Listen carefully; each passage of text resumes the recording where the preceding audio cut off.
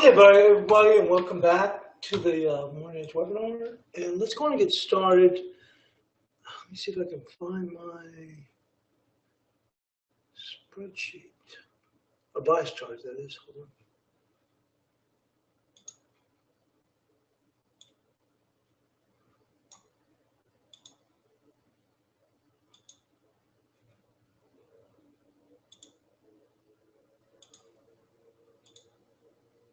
I guess I must have accidentally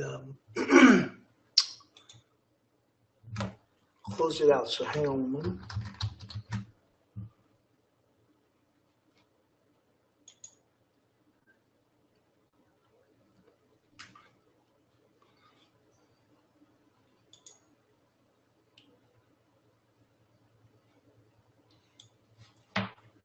Okay, here we go.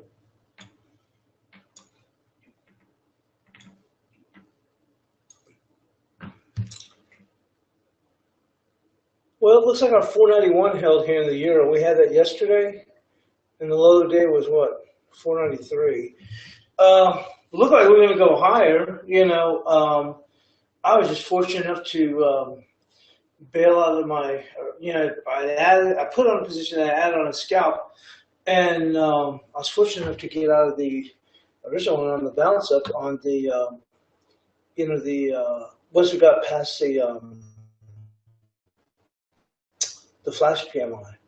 So let's take a look. We're starting all over here. We keep everything there, but we start here. So let's take a look. So today's low was what, 493. We had support at 491. Let's see where we go. Personally, I think, like, as I mentioned to you, is I believe, I don't think a whole lot's going to happen until we get to the FOMC minutes. The big action. We might see a little bit of movement. We're seeing a little bit of short covering here as it's held. Sub 105. We had the support at 491.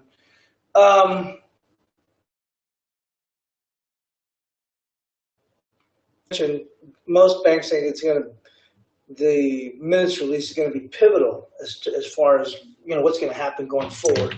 And let me take a look at some of these comments here.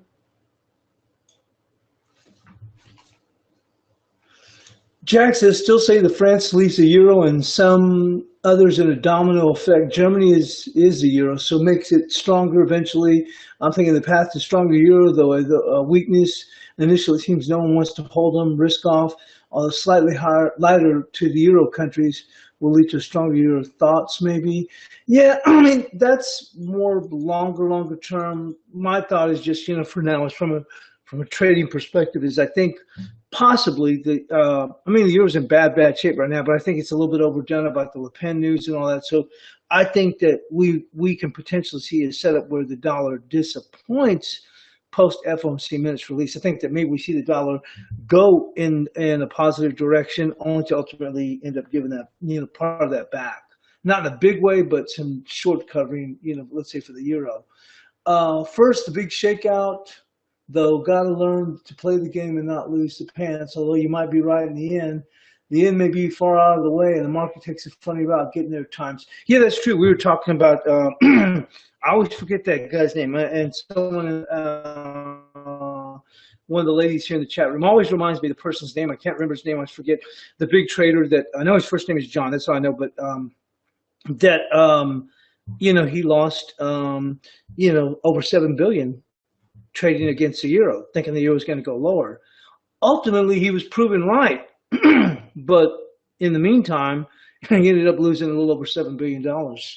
And which goes to show you, I was saying, it's good to have confidence, it's good to have your scenarios in place, but to me, I've learned that the best thing you can do as a trader is be willing to say, I was wrong, and not, get married to your position in the sense that you're telling everybody, let me tell you, this is where the euro is going to go, and I'm telling you, blah, blah, blah, whatever, because you get to a point where it's hard to go on and, even if you see things, even if the market's giving price action that's going against what your thoughts are, you ultimately end up rationalizing those moves and not believing them, not seeing that maybe it's the start of something different.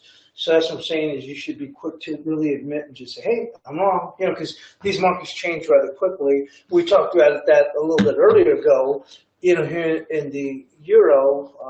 Let's go move this out. We were talking about this, back here, nobody liked the euro. Everybody thought it was going to go to, hell in a handbasket.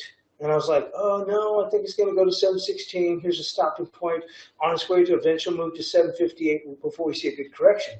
And sure enough, we got to 716. We pulled back up to 758. We see a decent correction. So I was looking for about 125, 135 pips.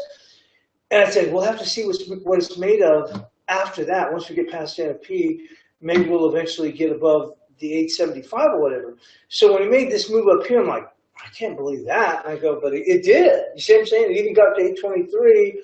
And then from there, it's been south of the border. You see what I'm saying? So things changed rather quickly to the point where everybody wanted the euro, and then nobody wanted the euro. So,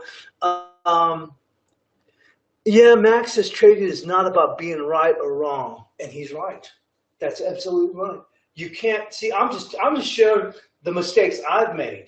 So hopefully y'all can. Some of you are probably very seasoned traders and don't need that, but like I said, I've made. But just like the technical tools, I keep it simple. Stick to the levels. I use some Fibonacci, and then those zones. I've used every technical tool in the book in the toolbox, and I just found that what. Once you get to a point where you're using so many technical tools, you have to start simplifying things. And I've made all the mistakes. Like I said, make every mistake in the book you could make, and then some. And one of them is, you get to a point where you think, oh, I'm telling everybody the euro's going to 112, and I'm telling you, and you end up marrying your position or marrying your thoughts, and you're not willing to recognize. You're saying, oh, that's just a correction, not seeing that the market's starting to turn. So yeah, it's true. It's not about being right. You just all we're doing is looking at probabilities. I mean, sometimes you want things more established or more certainty, and this is not the place where you're going to find certainty is in the markets. It's just not. And these are leverage markets to start with, so people can get pushed to the extremes rather easily. So you have to be willing to recognize that. You have to be, like Blake used to say, you have to put yourself in the shoes of the other trader to see how they would feel when the market's either going for them or it's going against them. You see what I'm saying? So how much pain can they take? Where's their uncle point? And then that's where you can consider maybe coming in with a certain amount of knowing what your risk is going to be. So let's take a look. Like I said, today we talked about. I said it earlier for those that may have missed. The focus today was going to be. Let me see. Oh, Michael says, can you please explain what you mean when a price level on the chart is based on touches? Well, all I mean by touches is how many times. See, what I do with my levels, sometimes when people give me a hard time because there's a lot of levels. They say, oh, there's too many levels. Eventually you get right. That's what's his name? Max said it right. It's not better being right or wrong. That's what I'm saying. All I'm saying is the market's moving from level to level. You see what I'm saying? Sometimes I have a little zone, and you can see they spend some time in the zone.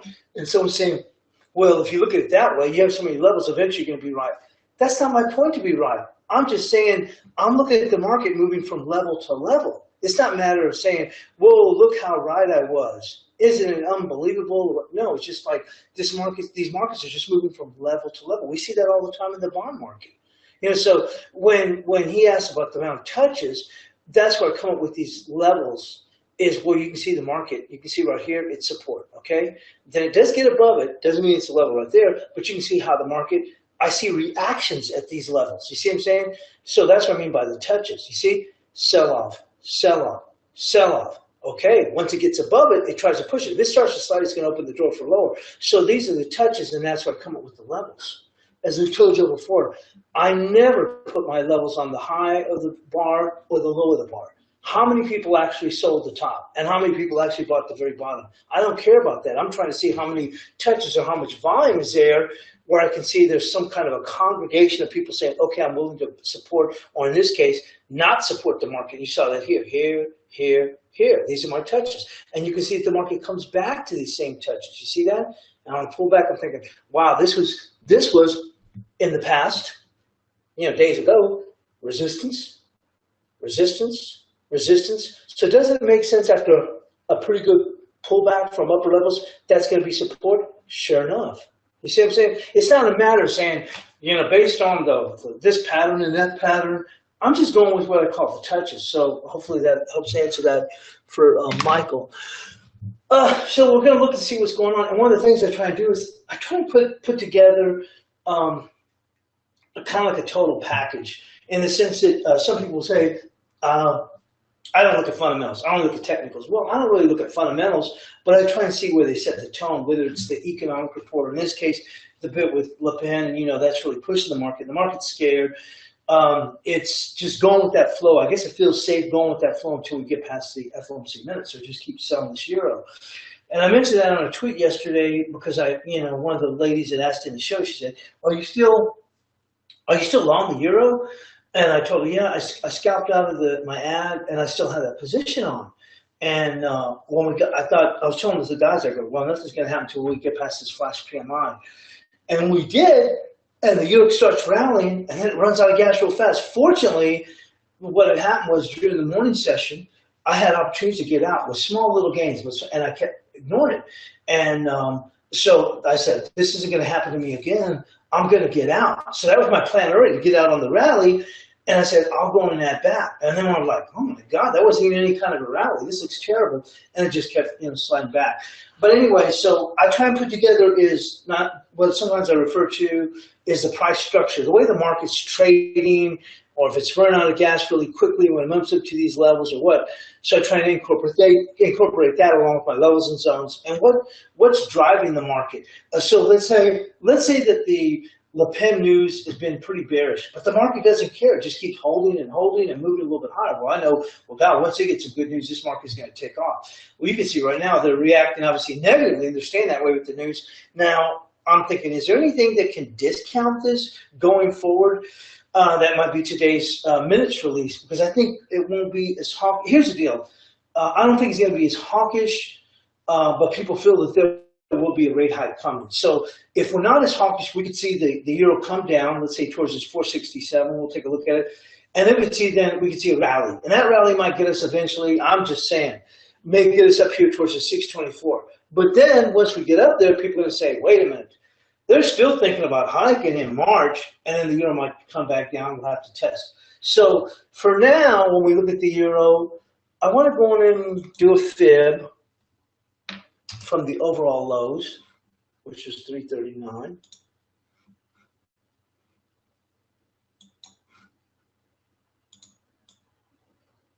So we're taking our time today because, to be honest with you, I don't think anything's going to really move in any real specific way until we get to these FOMC minutes. So we're really going to take our time, try and plan things out, what we can expect from these minutes, and basically kind of give like a strategy, not saying, let me tell you the euro is going to get here, and then it's going to turn here, and then it's going to turn there.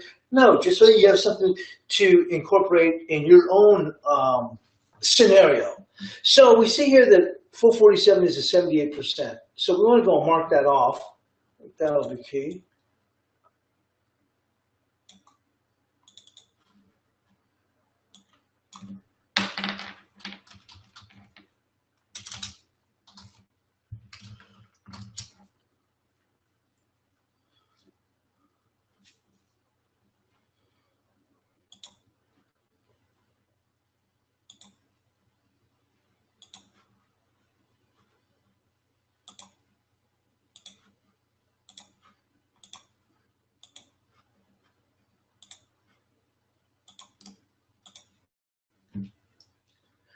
And we have this upper part of the zone, 467.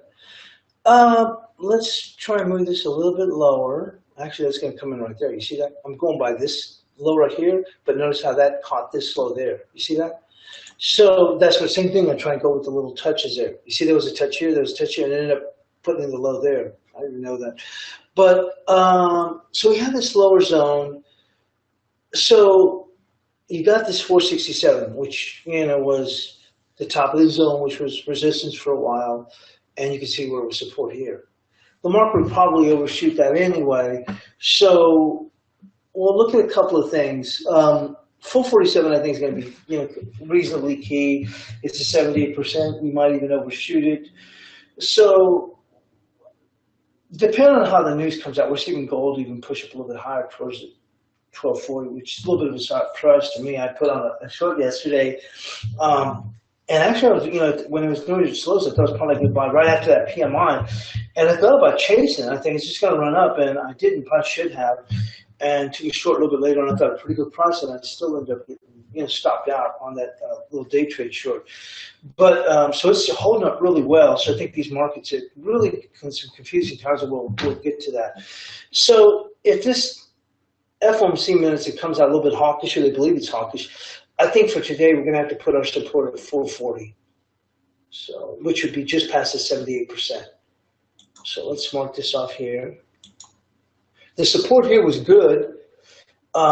We had this support yesterday, and today's low was 493, and it's 491, so pretty good. So we're going to make this 440.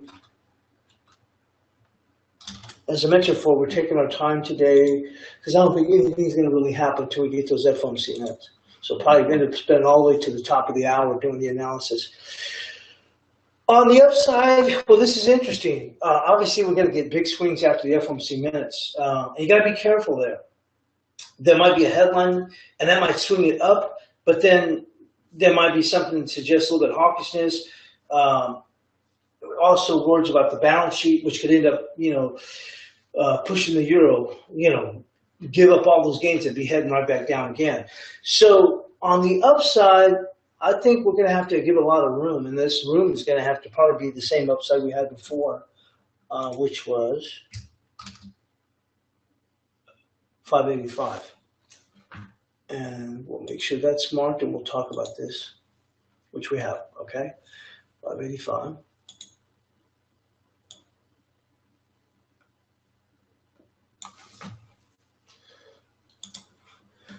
If we rally, don't forget we got this bias pivot at 568. So probably in the initial rally, it might get slapped back from this 568. Not to the pip or anything like that, but in that general area, you might get slapped back. But we'll have to see, because like I said, I think people are looking for, they feel that okay, here's the deal. You're getting central bankers, federal central bankers, like you mentioned, Mester also mentioned the other guy, I can't remember his name, and they've already made comments. They're open to raising rates in March, provided the economy still looks good. And right now, the economy looks okay. So you may go on and get a headline that may seem a little bit more dovish at first, and the market swings up to, let's say, 558, towards this 568. We might not even make it there.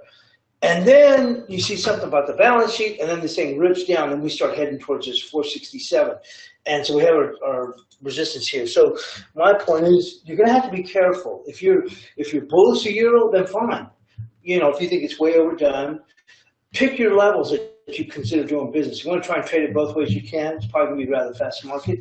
It's going to be all based on the headlines. But like I said, the key area for them to get above and hold is going to be this 585 here.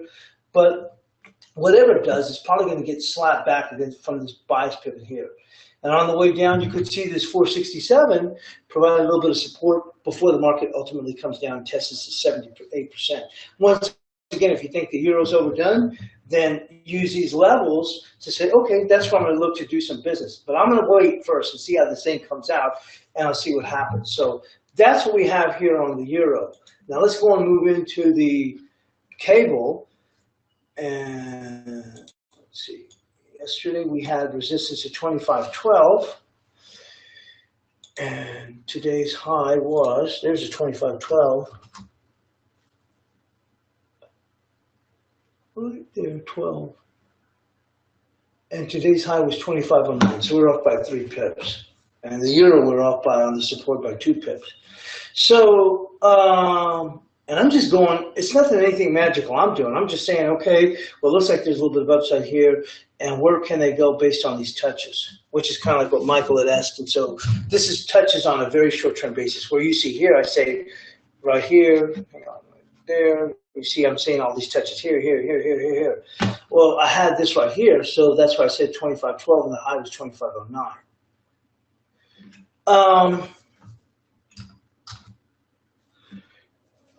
Cable is held up has been resilient in the way it's held up, and that's why I thought we could work up yesterday. Because man, this thing's hold up, and we talked about this yesterday. I said I don't even know if it's even going to come down here. I think we ended up using this 50% because we were talking about this area, and I said I don't even know if it's going to come down here. It may only make it to here because it's holding up so well. So let's say we get this turnaround, the dollar kind of disappoints. Well, then the target now is going to be this. We would probably come to this 25.63 and we get some pushback. But I'd put it just a hair above it before it got into any trouble. So we'll say 25.76. Let's say that the dollar ends up giving up its gains. Now that 25.76 doesn't necessarily mean just for a day. It means, like I said, all the way to the time we come back tomorrow. Just like I gave you 25.12 yesterday, and we got to 25.09 this morning. So we're going to say 25.76, and you have to give some wide ranges because we don't know how the market's going to react. Nobody knows. You know what I mean? We can have all the best intentions and ideas of what we think is going to happen, and we can think that the Fed's going to be dovish and all this, but it doesn't necessarily mean that that's how it's going to play out. You can have it as one of your scenarios. So if the cable's going to weaken, where are we going to find support?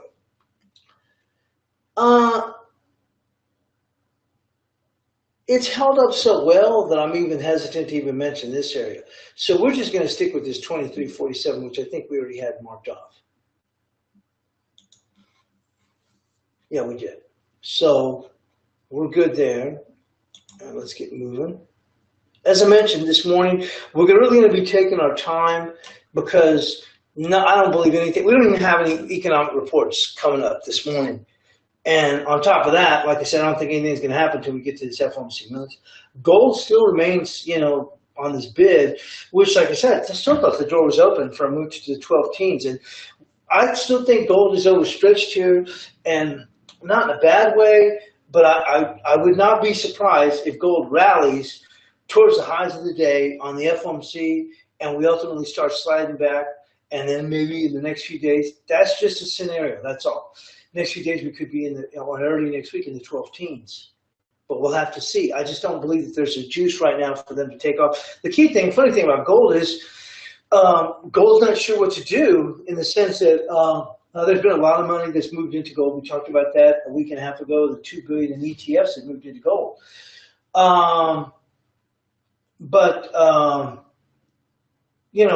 With the dollar strengthening, you would think that's going to work as a ball and chain on gold. And you thought gold would have slipped. And that was my thought too. But gold's held up really well based on these concerns in Europe. So if you see the euro end up coming back, that could really end up getting a quick slide in the gold, which may not come to bigger fruition until, let's say, the Asian session. If, once again, that scenario plays out. Once again, I'm not saying this is exactly what's going to happen. No, that's just one scenario, and that's what you have to keep in mind. We're just trading probability. So if you see all of a sudden the dollar selling off, the euro come back strong, well, one of the reasons the gold was higher was because these concerns of political instability potentially brought on by Marie Le Pen, and since she yanked France out of the euro. So if they start to say, wow, well, we're at a point now that we really don't need to be buying any more protection. We bought as much as we could now. We've driven these boom yields as far as they could go. Then you could see a swing back, and then gold could ultimately end up coming right back. And it may have to find itself that it has to do some homework down there towards the 12 lower teens. But we'll see. So let's take a look at the Aussie dollar. We're saying the Aussie had some pretty good runs against the euro and the Swissy, and even against the New Zealand dollar. But you can see here, it didn't get above the 77.10. We said we had this, we showed this yesterday, had this beat up looking head and shoulders. And we've come back here, we didn't get above this shoulder, but this is not really in play anymore in a sense, but I would still keep it there to say, okay, well, you know what, they didn't really get above this. But once again, here's the deal with the euro being so weak and some of these other currencies, and the Australian dollar says that it looks like RBA was indicating that they're not open to lowering rates because they think it's going to fuel a debt boom. So they said the only way they're going to do that is if they have problems with employment. So right now, the way I look at it, the jury's still out on this, and to me, I wouldn't want to touch it. because the jury's still out. It's not making too much headway against the dollar. I suppose if the dollar goes on a pretty good correction, then we can blow up here, blow out. But I think the risk reward on this is not necessarily as good when you look at the Aussie dollar, unless you just want to play it. I'm saying obviously the Aussie versus the euro, Aussie versus the Swiss franc, those are doing well. Aussie versus the Kiwi. But for me, I mean, personally, I wouldn't be doing anything here. I just don't really get a good feel for what they want to do or the way the price action's going. It just seems like it's basically stuck in the mud. So let's see where resistance would be. We'll have to go back to this. Well, the 77.10 held it. There's the thing right here. We had a 10 and held it, but if the dollar really is going to lose some steam, if that ultimately ends up taking place, this would have to be really back to that 31. So the resistance held up pretty nice. I mean, it took out, actually it hit it to the pip, so which isn't too bad if you think about that. We were off on the euro by, it was 2 pips. We're off on the cable on the highs by 3 pips, and we hit this one to the pip. This would have to be at 77.31. And I don't like this market at all. I just think it's stuck in the mud, and it's almost like flipping the dice, at least compared to the Aussie to the dollar. It just seems like it's just really stuck in the mud. It does look like it might be starting to set up for a correction, but now support, where we talked about this, I think we're going to keep that the same, this 75.96, because if it ultimately breaks down, that's where they're going to go to. So we're just going to keep it a little bit wide. Because they've had so much trouble here, we'll keep the 77.31, but we're going to keep the 75.96. And believe it or not, it's already time for the break. We're even a little bit over. So there we go right now. We'll be back. And just a second.